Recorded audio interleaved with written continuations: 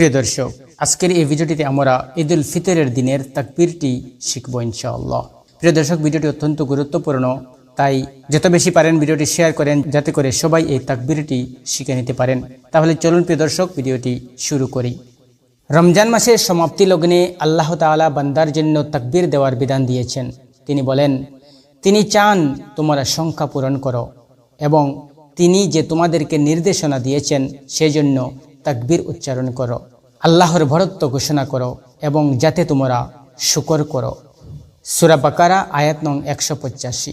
এই দিন নামাজের পূর্বে যথাসাধ্য নতুন বা পরিষ্কার পোশাক পরিধান ও খুশবু ব্যবহার করে ঈদের ময়দানে যেতে হয় এবং চলার পথে উচ্চস্বরে এই তাকবীরটি বলে বলে মসজিদে বা ঈদগাহে যেতে হয়।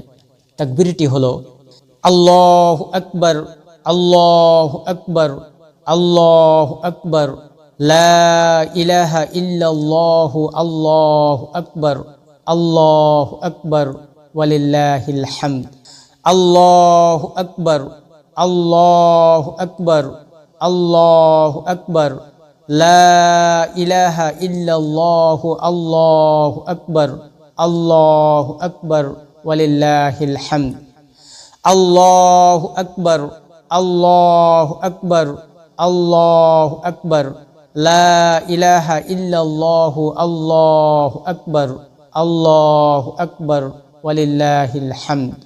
এই তাকবীরটির অর্থ হলো আল্লাহ মহান, আল্লাহ মহান, আল্লাহ মহান, আল্লাহ ছাড়া কোনো সত্য উপাস্য নেই, আল্লাহ মহান, আল্লাহ মহান, সমস্ত প্রশংসা আল্লাহর জন্য। মহান আল্লাহ রাব্বুল আলামিন যেন আমরা সবাইকে ঈদ উল ফিতরের নামাজ আদায় করার তৌফিক দান করেন এবং বেশি বেশি করে এই তাকবীর পাঠ করার তৌফিক দান করেন। ওমা তৌফিকি ইল্লা বিল্লাহ।